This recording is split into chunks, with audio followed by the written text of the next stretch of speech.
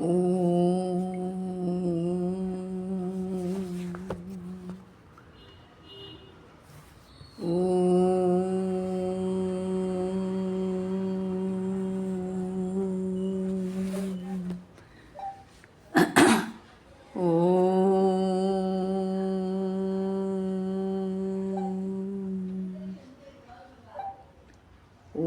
सहनाववतु सहनौ भुनक्तु सह वीर्यं करवावहै तेजस्विनावधीतमस्तु मा विद्विषावहै।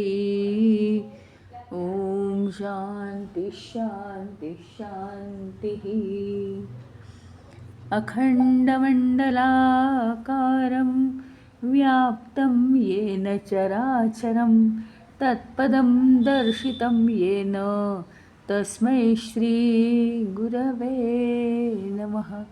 अज्ञानतिमिरान्धस्य ज्ञानाञ्जनशलाकया चक्षुरुन्मीलितं येन तस्मै श्री गुरवे नमः। गुरुर्ब्रह्मा गुरुर्विष्णु गुरुर्देवो महेश्वरः गुरुरेव परं ब्रह्म तस्मै श्री गुरवे नमः। स्थावरं जंगमं व्याप्तं यत्किञ्चित् सचराचरं तत्पदं दर्शितं येन तस्मै श्री गुरवे नमः। चिन्मयं व्यापि यत्सर्वं त्रैलोक्यं सचराचरं तत्पदं दर्शितं येन तस्मै श्री गुरवे नमः। त्वमेव माता च पिता त्वमेव बन्धुश्च सखा त्वमेव विद्या द्रविणं त्वमेव सर्वं मम देवदेव त्वमेव सर्वं मम देवदेव।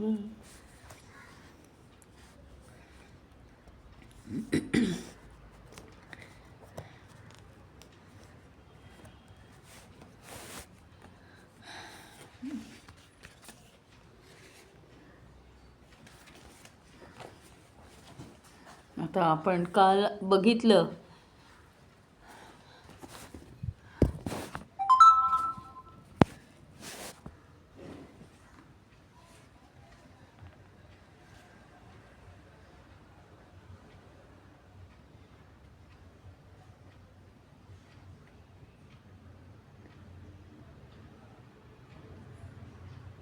ओम महातपसे नमः। सतत तपस्या करणारा असा जो गुरु आहे त्याला माझा नमस्कार, हे आपण काल पाहिलं।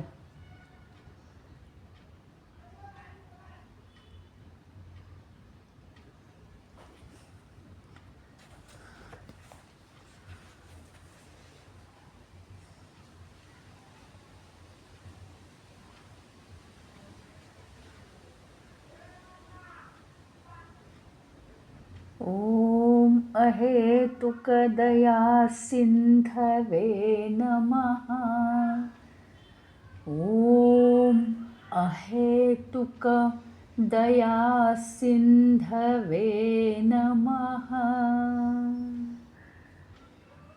म्हणजे काय?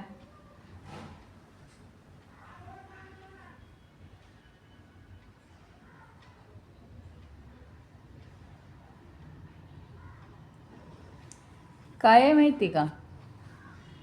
आपण दया कोणावरती करतो? सर्वसाधारणपणे म्हणजे माणसाचा व्यवहार सर्वसाधारणपणे असं असतं की रोजच्या संबंधातला आहे. विशेषतः कामावरची माणसं, कामवाली बाई यांना कधीकधी त्यांच्या गोष्टींबाबत आपण दया करतो, म्हणजे स्वार्थ आहे त्याच्यात. किंवा आपल्या कुटुंबियांबद्दल आपण दया करतो, त्यांची चूक सोडून देतो, माफ करतो. ह्याच्यात पण स्वार्थ आहे, कारण त्या आपलेच सगळे आपले आहेत. ते सगळे आपल्या जवळपास राहिले की आपल्याला बरं वाटणार आहे, सगळे सुखात राहिले की बरं वाटणार आहे. त्यांना ताणून आपल्याला काही सुख नाही मिळणार, म्हणून आपण दया करतो सुखांबद्दल. पण इथे काय म्हटलेलं, अहेतुक दया. आणि नुसती दया नाही, सिंधू, दयेचा सिंधू, दयेचा सागर. अहेतुक प्रत्येकाबद्दल, विनाकारण, विना हेतू, त्यातनं काहीही प्राप्त होणार नाही आहे, तरीसुद्धा दयाचं सागर असलेले हे सद्गुरू यांना माझा नमस्कार असो. काहीही कारण नाही, काहीही हेतू नाही, काहीही त्याच्यात स्वार्थ नाही.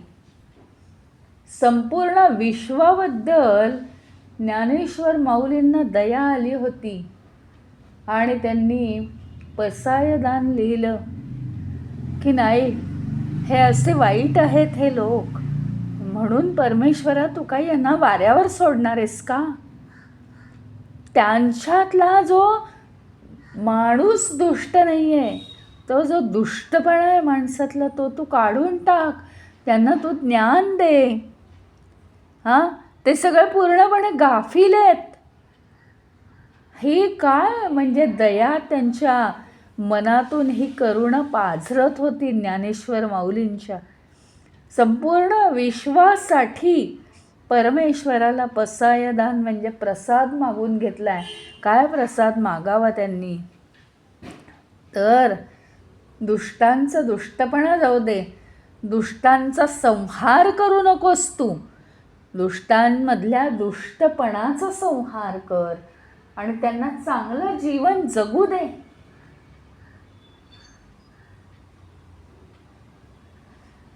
सज्जनांना अजून त्यांनी चांगलं वागावं असं वातावरण तू निर्माण कर.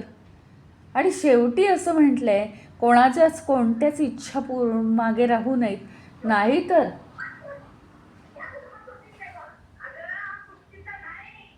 बदला घेण्याची जर इच्छा राहिली तर पुन्हा जन्म प्राप्त होतो. म्हणून शेवटी म्हटलेलं आहे, जो जे वांछील तो ते लाहो. प्राणी जातं, ज्याची जी इच्छा असेल ती देवा तू पूर्ण कर. मग हा जो दयाशीलता आहे, ही जी दया दाखवलेली आहे, ती कशामुळे येते? संपूर्ण विश्वामध्ये एकच परमेश्वर बसलेला आहे आणि तो परमेश्वर केवळ या लोकांना प्राप्त नाही आहे.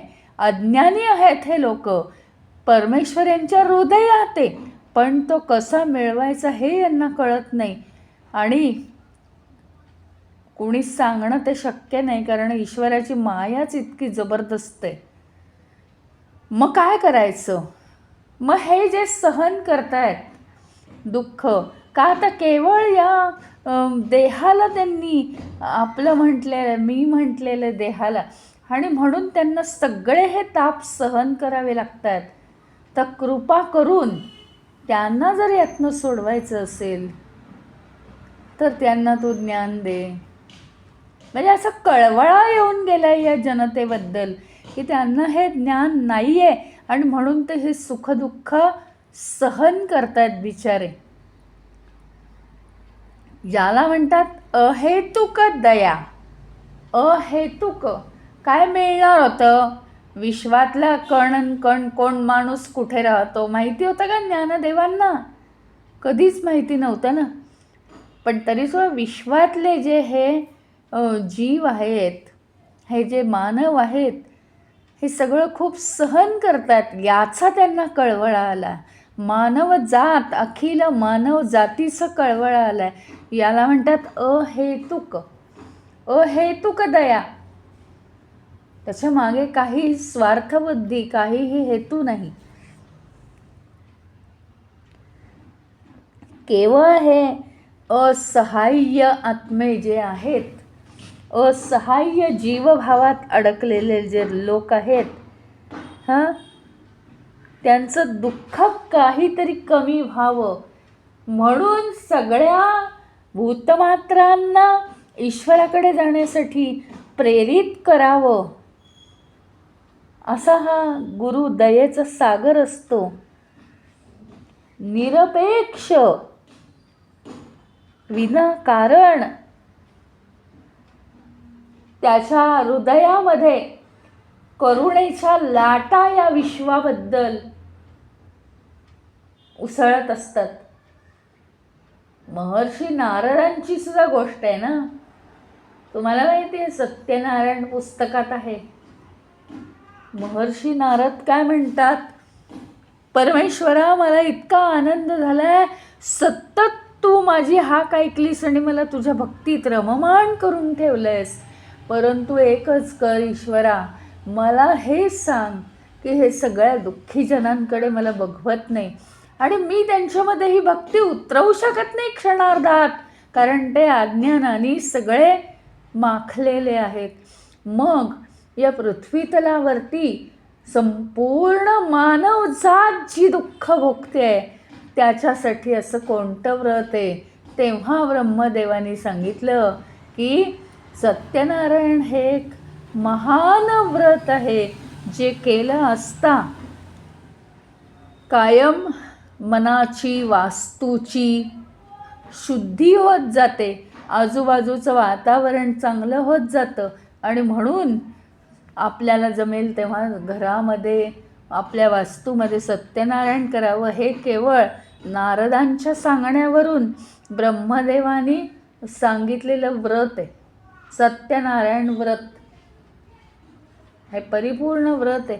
हे केवळ नारदांच्या अहेतुक दयेमुळे प्राप्त झालेलं आहे. त्यांना काहीही नको होतं, कोणताही हेतू नव्हता.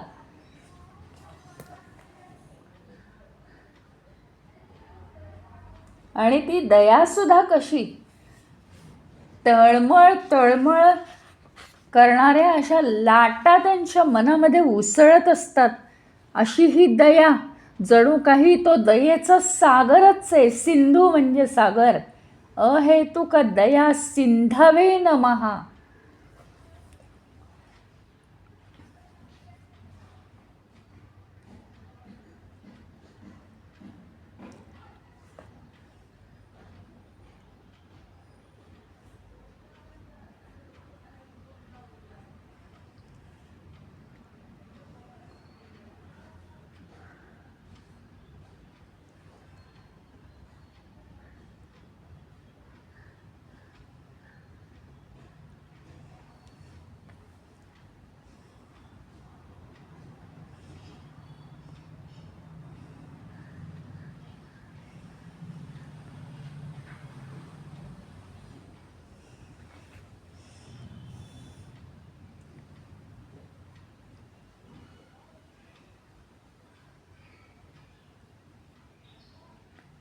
पुढे म्हणतात, ओम नित्यशुद्ध सत्वाय नमः. ओम नित्यशुद्ध सत्वाय नमः.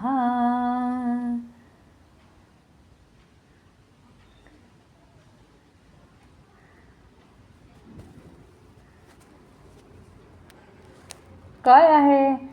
सत्व रज तम हे 3 गुण आहेत. सृष्टीमध्ये हे 3 गुण आहेत. प्रत्येक गोष्टीत ते 3 गुण आहेत. कुठल्या तरी प्रत्येक वेळी, प्रत्येक काळामध्ये एका गुणाचं वर्चस्व असतं.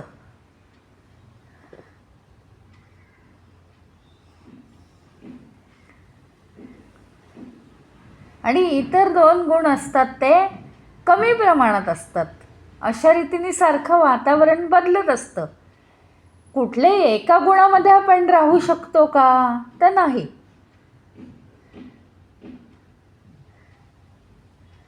काय आहे त्याच्यामुळे? काय आहे आपल्याला चान्स आहे बरं का. नेहमी जो आळशी व्यक्ती असतो तो कशाच्या तरी प्रेरणेने कधीतरी तो विचार करायला लागतो, त्याला उत्साह येतो, त्याला उदात्तता प्राप्त होते. त्याच्यामुळे तम आणि रज या गुणाच्या लोकांना सुद्धा सत्य प्राप्त करायला संधी आहे.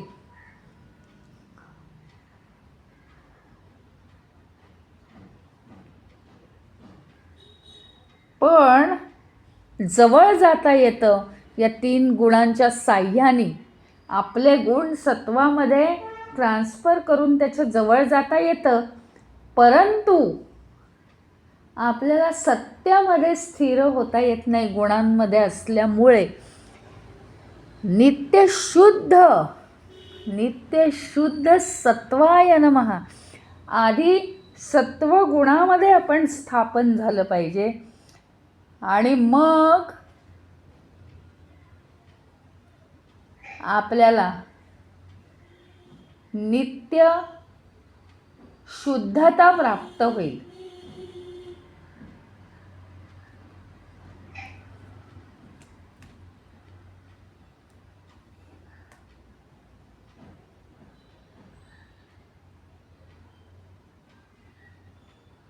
पुढे आहे ओम साधवे नमः.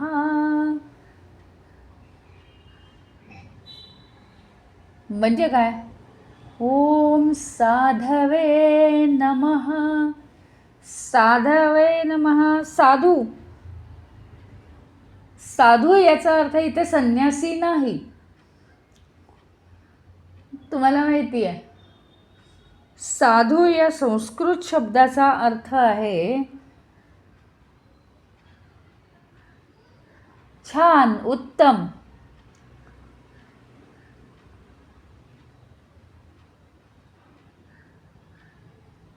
असा अर्थ आहे त्याचा.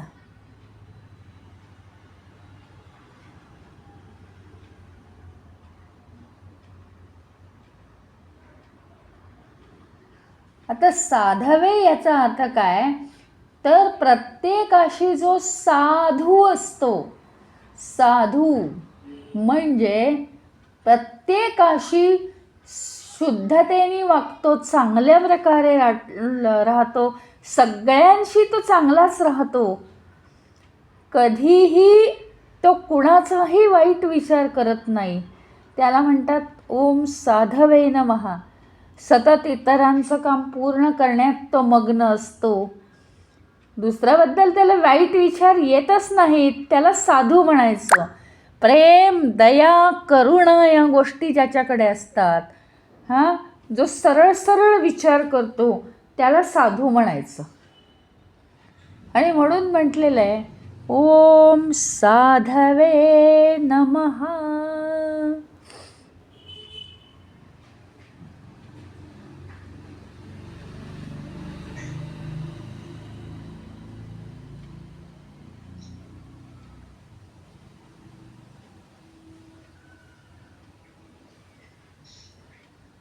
पुढे आहे ओम परमविनीताय नमः. ओम परमविनीताय नमः. परम म्हणजे सर्वश्रेष्ठ. सर्वांचा आत्मा कोण? तर देव. सर्वांचा ईश्वर कोण? तर देव. आणि तोच हे सगळं निर्माण करणारा आहे. म्हणजे सर्व निर्माण करतो म्हणजे काय? सजीव निर्माण करतो, सृष्टी निर्माण करतो एवढंच नाही, आपल्यामधली ज्ञानशक्तीसुद्धा तोच निर्माण करतो, आपल्यामधली इच्छाशक्तीसुद्धा तोच निर्माण करतो. व्यक्तीचा अहंकार सुद्धा तोच निर्माण करतो. स्वतः तो पूर्णपणे अहंकार रहित असून सुद्धा व्यक्तीमध्ये अहंकार सुद्धा तोच निर्माण करतो. अशा अहंकार रहित विनीत म्हणजे काय माहिती का? विनीत म्हणजे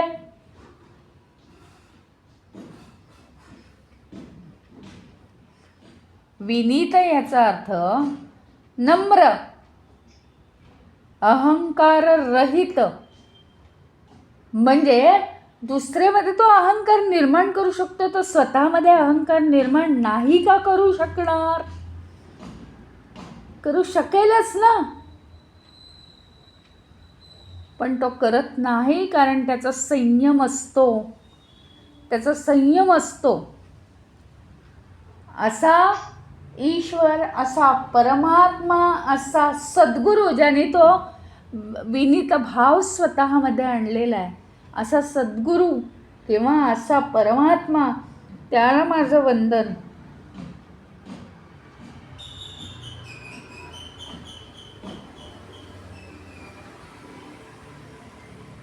याच्यात एक गोष्ट अशी आहे की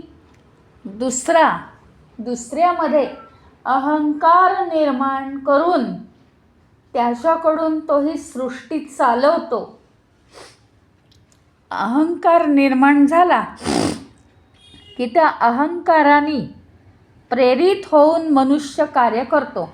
मग मी किती छान काम करू शकतो असं डोक्यात आलं की मनुष्य भरपूर काम करू शकतो. अशा रीतीने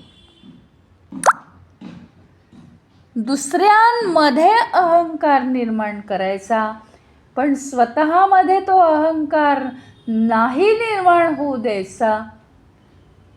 असा हा जो म्हणजे अहंकार निर्माण नाही होऊ द्यायचा म्हणजे विनम्र भाव ठेवायचा.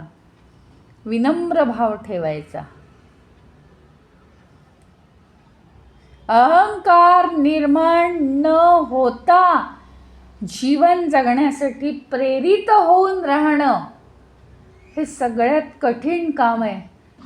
ते हा गुरु करतो आणि म्हणून त्याला परम विनीताय नमः म्हटलेलं आहे. परम विनीत, विनीत म्हणजे नम्र, अहंकार रहित. म्हणजे काय? देह ज्याला आहे त्याला अहंकार आहेच, अहंभाव नाही आहे का? पण तरी तो सगळा विरघळवून टाकलाय त्यांनी. इतकं सोपा नाही आहे तो विरघळवणं.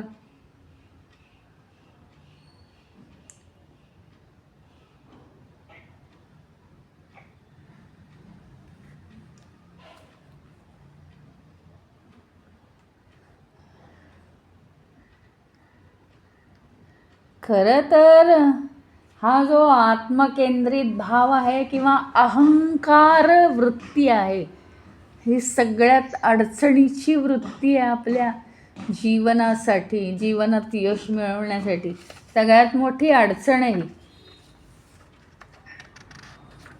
ती ज्याने दूर केली आहे अशा गुरुला माझा नमस्कार.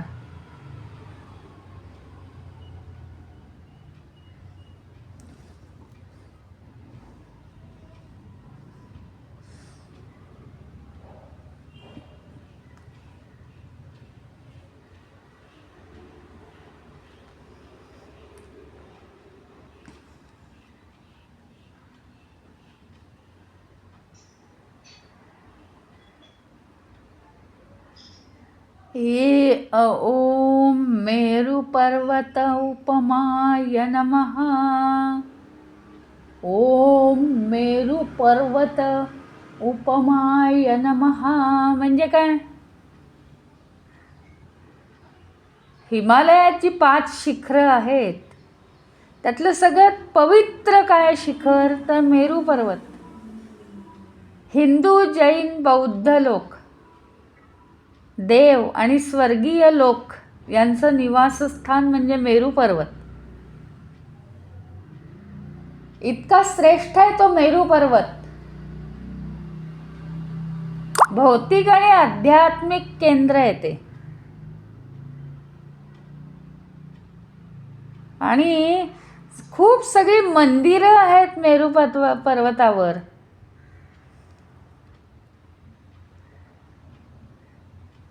मेरू पर्वत हा पर्वतांचं प्रतिनिधित्व करतो, म्हणून मेरू पर्वतावर मंदिरं बांधली जातात.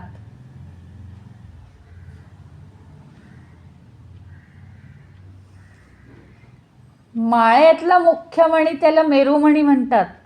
इतकं मेरू पर्वताला स्थान महत्वाचं आहे.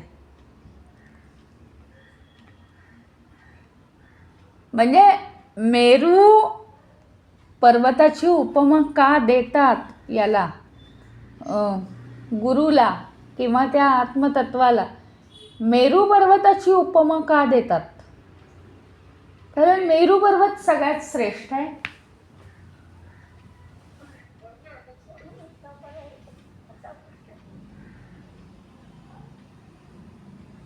मेरू पर्वत सगळ्यात श्रेष्ठ. मेरू पर्वतावर अनेक मंदिरं बांधली आहेत. आत्ताच सांगितल्याप्रमाणे देव आणि हिंदू, जैन, बौद्ध असे सगळेच लोक तिथे राहतात. त्याच्यानंतर सगळ्यांच्या देवदेवता या धर्मांच्या तिथे असतात. असं मेरू पर्वताला एक श्रेष्ठ स्थान आहे. आणि कैलास पर्वतावरच्या 5 शिखरांपैकी एक महत्त्वाचं शिखर मेरू पर्वत आहे. इतकं महत्त्वाचं स्थान, म्हणून त्याला त्याची उपमा याला देतात, गुरुला देतात, ज्याला हे प्राप्त झालेलं आहे ज्ञान. कारण तो अतिशय शुद्ध, मेरू पर्वताप्रमाणे अतिशय पवित्र. त्यानंतर अजून पर्वत कसा असतो? पर्वत अतिशय स्थिर असतो. स्थिर मनाने अतिशय स्थिर गंभीर असा असतो गुरु. आधार, सगळ्यांना त्याचा आधार असतो. संयम आहे त्याच्यामध्ये. मोठ्या वादळात सुद्धा मेरू पर्वत गडगडून पडत नाही.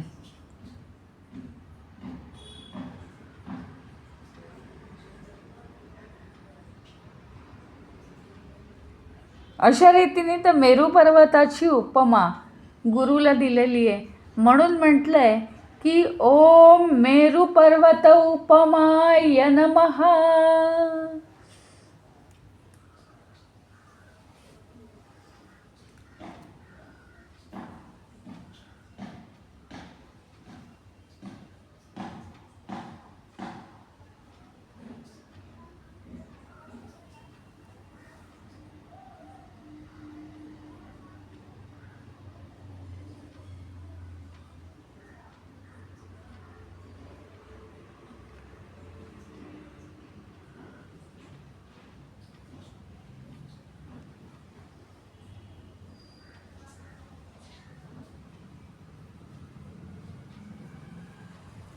पुढे आहे ओम समुद्र उपमाय नमः.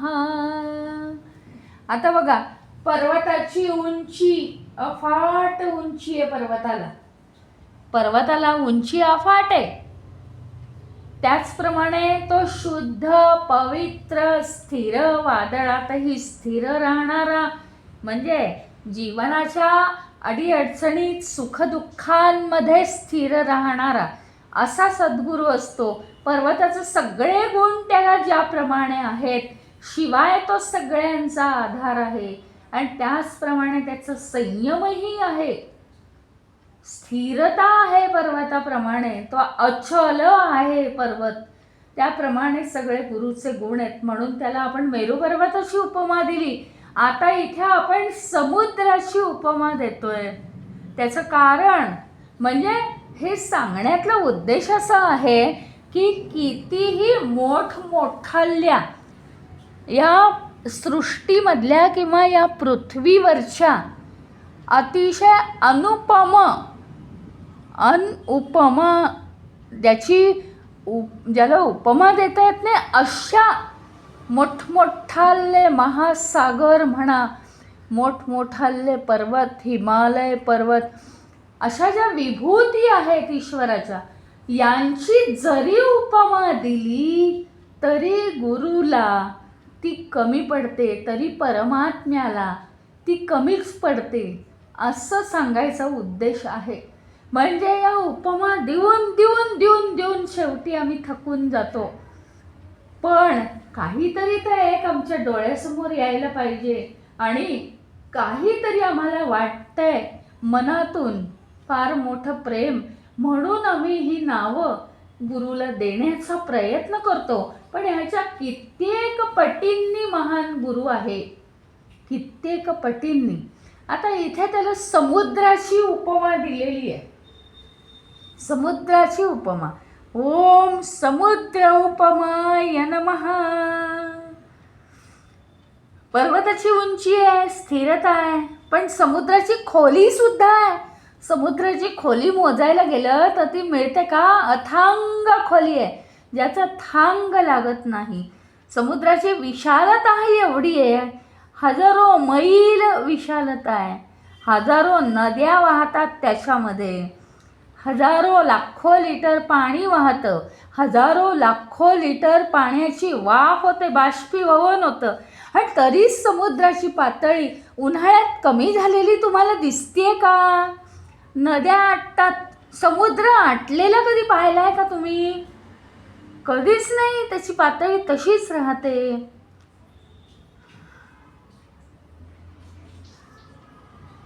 हजारो प्राणी त्याच्यात राहतात.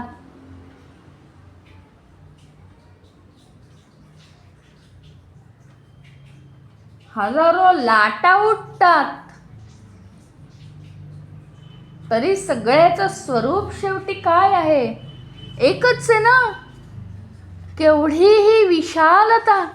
त्याप्रमाणे हे आत्मतत्व प्राप्त झालेल्या गुरुची विशालता ही अफाट असते मनाची. कारण हे विश्वची माझे घर, ऐसी मती जयाची स्थिर, किम बहुना चराचर आपण जाहला. सगळं चराचर सृष्टीच तो होऊन जातो. त्यामुळे त्याला, त्याच्या मनाला विशालता, उदारता येते. आणि खोली त्याच्या मनाची तर काही विचारूच नका तुम्ही, त्याचा थांगही लागत नाही. आणि म्हणून त्याला शेवटी कशाची उपमा दिली आहे? तर समुद्राची उपमा दिलेली आहे.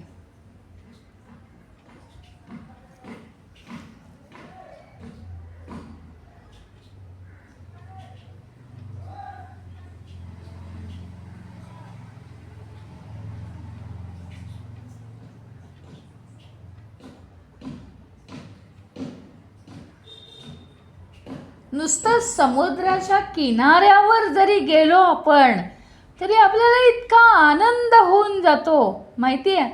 अतिशय आनंद होतो त्याचा. तो खळखळाट, जणू काही समुद्र कधी पाहिलाच नाही असं. तसं या सद्गुरूंच्या सानिध्यात सुद्धा नुसता अतिशय आनंद होऊन जातो आपल्याला. आणि त्याचं कारण माहिती नाही, पण नुसतं सानिध्य, केवळ सद्गुरू आपल्याबरोबर आहेत आणि आपल्याला आनंदी आनंद होत राहतो.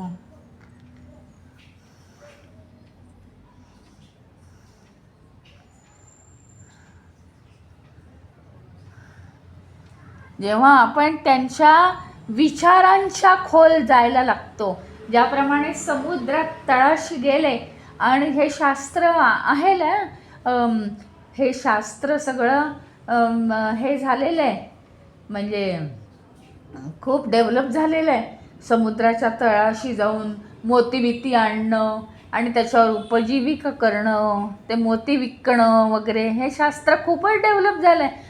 त्याच्याप्रमाणे जर आपण गुरुच्या मनात सत्याबद्दलचे कोणते विचार आहेत याचा ठाव घ्यायचा जर प्रयत्न केला तर ज्ञानाचे मोती आपल्या हाताला लागतात.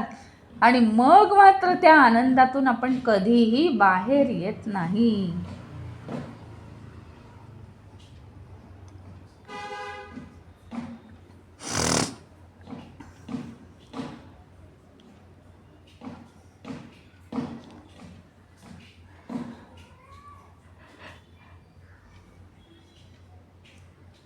आणि म्हणून समुद्रासारख्या अतिशय खोल असलेल्या अशा गुरुतत्वाला माझा नमस्कार असो.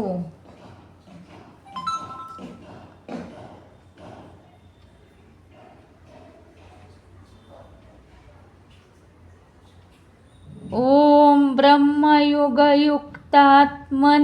नमः. ओम ब्रह्मयोगयुक्तात्मने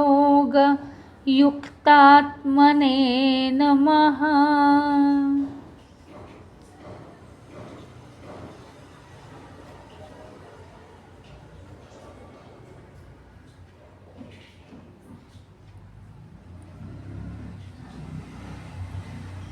ब्रह्मयोग झालेला असतो. सद्गुरूंना नेहमी ब्रह्मयोग झालेला असतो. म्हणजे काय, या सगळ्या जीवांमध्ये ते रमत नाहीत.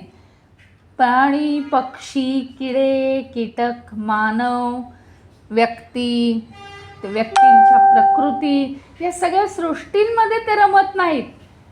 ते जरी दिसले इथे बोलताना, बसताना, हसताना, तरी त्यांच्या मनात अखंड ब्रह्मयोग चालू असतो. म्हणजे त्यांना हे सगळं काय दिसतं, ब्रह्मच दिसत असतं सगळीकडे.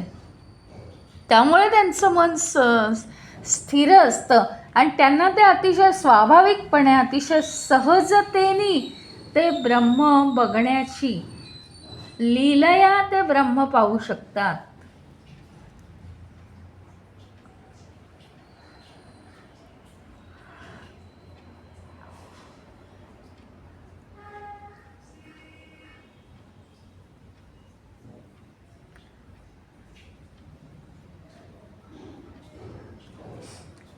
म्हणजे ज्याच्याप्रमाणे आपण नेहमी, काय होतं बघा तुम्ही, सगळ्यात जास्त आपण आनंदी कुठे असतो, आपल्या घरातली माणसं.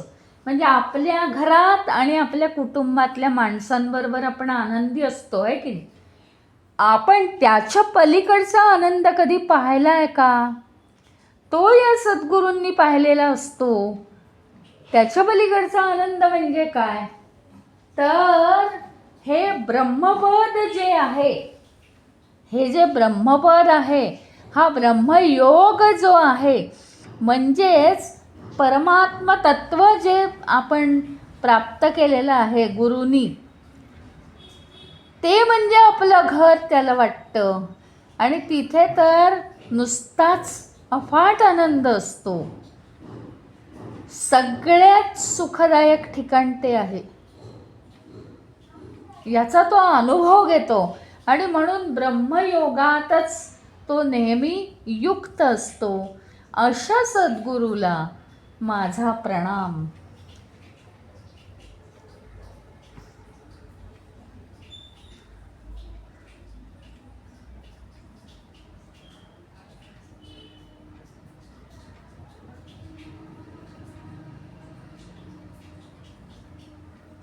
ओम महात्मने नमः. ओम महात्मने नमः. महात्मने नमः. अतिशय विशाल मोठ्या मनाचा महात्मा म्हणजे काय माहिती का, ज्याच्या मनामध्ये, ज्याच्या हृदयामध्ये सगळ्यांना स्थान आहे, त्याला म्हणतात महात्मा.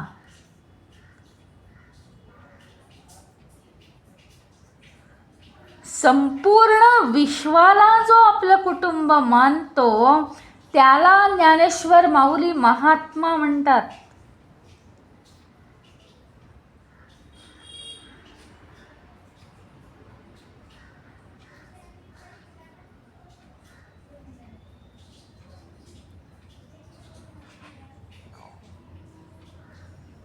असे लोक दुर्लभ असतात. संपूर्ण विश्वाला हृदयामध्ये स्थान देणं. कोणी कमी गुणांचा, कमी जास्त गुणांचा, कोणी असा कोणी तसा, आणि त्याला आपल्या हृदयामध्ये प्रेमाचं स्थान देणं, काहीही विचार न करता. याला केवळ महात्माच, फक्त महात्म्याशिवाय हे काम कोणीही करू शकत नाही. कारण सर्वसामान्य माणसाला सततच दुसऱ्यामधले दोष दिसत राहतात, आणि गुणदोष दिसणाऱ्याला कधी दुसऱ्याला आपल्या हृदयात सामावता येईल का? अशक्य. म्हणजे त्यांनी सामावल्यासारखं जरी दाखवलं तरी ते शक्य नाही ना.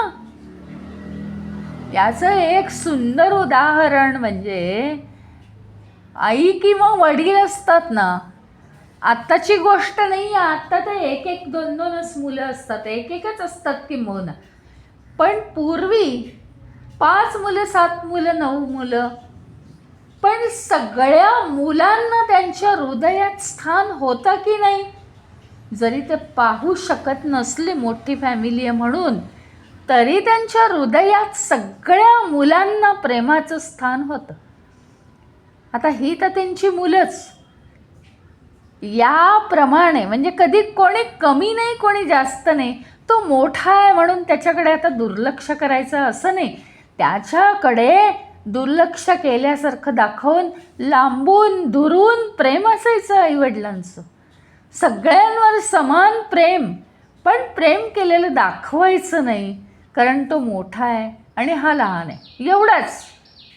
त्याच्याप्रमाणे सर्वांबद्दल आपल्या हृदयामध्ये, म्हणजे ही सगळी जणू काही प्रभूची लेकरच आहेत.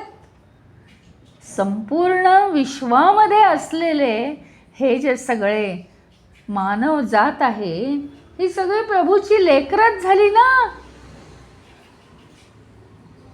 कोण कसा, कोण कसा, कोण हे आहे, काय काय म्हणतात त्याला, परमेश्वर नाहीच म्हणतो एखादा, तरी त्याच्याबद्दल अतिशय हृदयात स्थान आहे ईश्वराच्या, गुरुच्या. कोणी कसाही वागू दे, प्रेमाचं स्थान आहे हृदयात त्याच्याबद्दल. सर्वांबद्दल हृदयामध्ये प्रेमाचं स्थान असणं, ते काही निर्माण केलेलं नाही आहे, ते आहेच. कारण पूर्ण ज्ञान आहे या विश्वाचं, की या चराचरामध्ये, या संपूर्ण चराचरामध्ये ईश्वराशिवाय काही नाहीच आहे.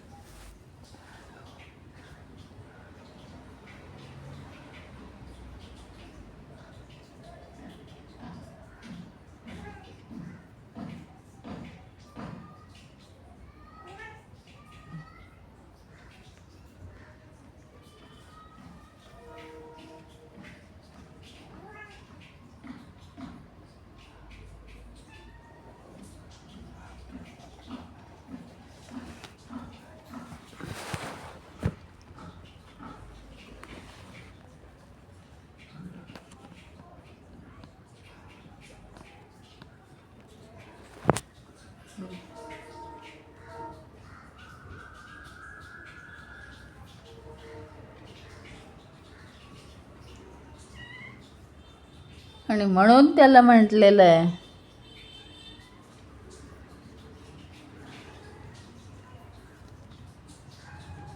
ओम महात्मने नमः.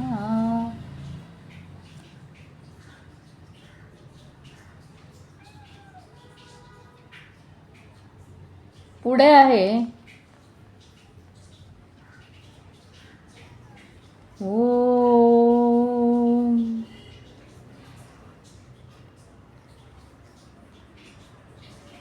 सदुत्तमाय नमः. ओम सदुत्तमाय नमः. सत आणि उत्तम.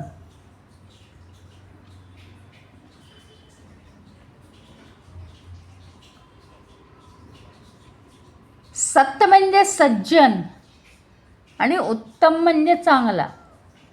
म्हणजे नुसता चांगुलपणा नाही रे, नुसतं शोल दाखवण्यासाठी चांगुलपणा नाही, सज्जनता सुद्धा आहे. प्रत्येकाबद्दल त्याच्या मनात सज्जनता आहे, सर्वांसाठी तो चांगला आहे असा सद्गुरू. त्याच्याकडे सत्यसुद्धा प्राप्त आहे आणि सत्य प्राप्त करून घेतल्यानंतर तो लोकांसाठी चांगला आहे.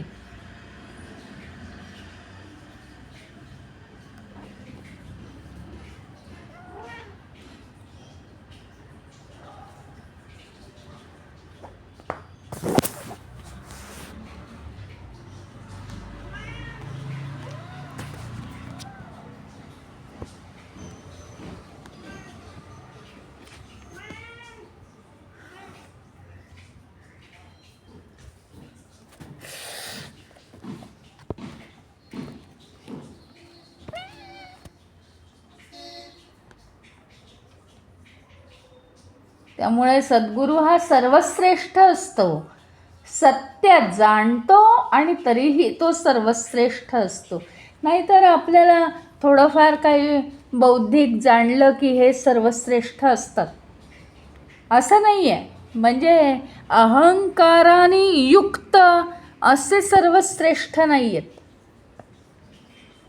सद्गुरू सगळं जाणतो पण तरी सत्यप्राप्त त्याला असल्यामुळे तो जरी सर्वश्रेष्ठ असला तरी त्याला सत्य प्राप्त आहे. त्यामुळे सर्वश्रेष्ठ असूनही त्याला अहंकार नाही, हा त्याच्यात विशेष गुण आहे. आणि म्हणून ओम सदुत्तमाय नमः. सत्य आणि उत्तम हे दोन्ही गुण त्याच्या ठिकाणी आहेत. सत्य म्हणजे सत्य आणि तरीही तो लोकांशी चांगला आहे. आम्ही म्हणजे का अर्ध्या आळकुंडात पिवळे होतो. थोडंसं जाणलं की आम्हाला अहंकार येतो आणि मग हवा लागते की आता आम्हाला कोणाची गरज नाही आणि आम्ही किती श्रेष्ठ, मग लोकांनी आम्हाला मान द्यावा असं आम्हाला काहीतरी वाटायला लागतं.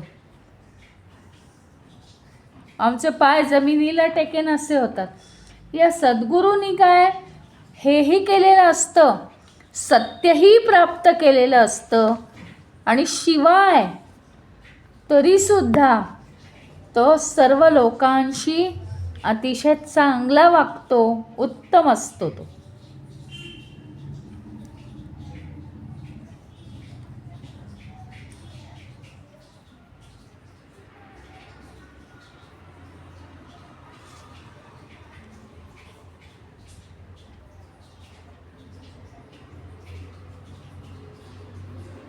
ओम अद्वयानंद स्वरूपिणे नमः.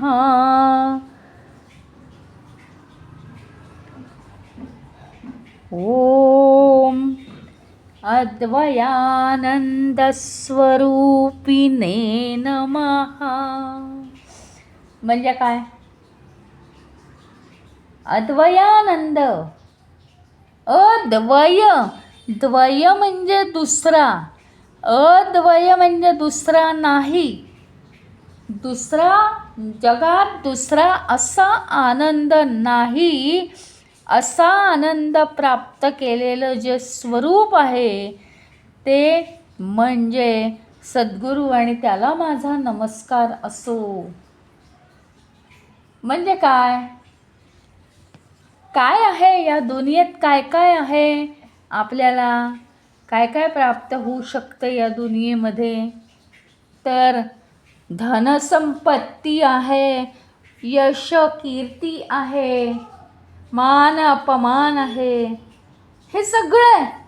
मग काय काय, मान मिळाला की आनंद होतो, धन मिळालं की आनंद होतो, यश मिळालं की आनंद होतो, कुणाकडून प्रेरणा मिळाली तरी आनंद होतो आपल्याला.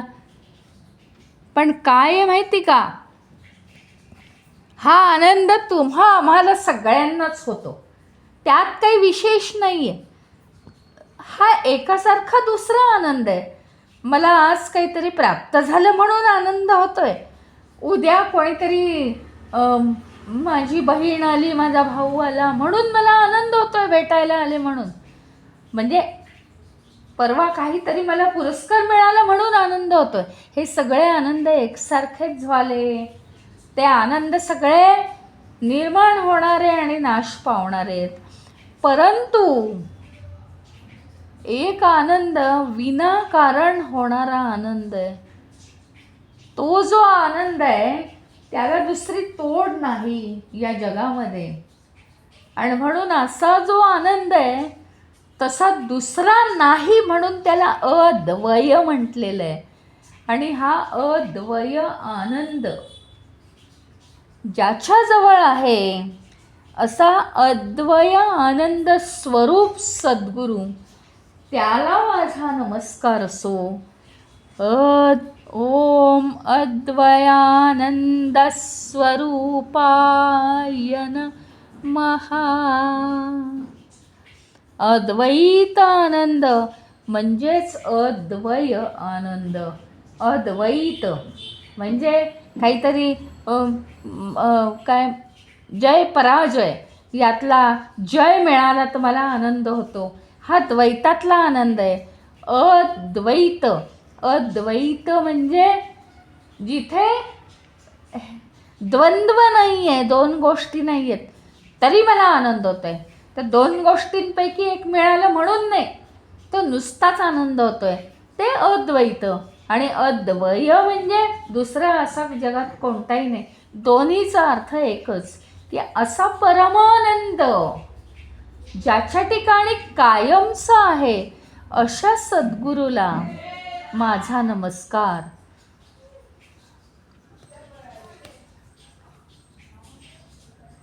आता इथे आपण थांबूया. ओम पूर्णमदः पूर्णमिदं पूर्णात् पूर्णमुदच्यते पूर्णस्य पूर्णमादाय पूर्णमेवावशिष्यते. ओम शांती शांती शांती. हरि ओम. श्री गुरुभ्यो नमः. हरि ओम.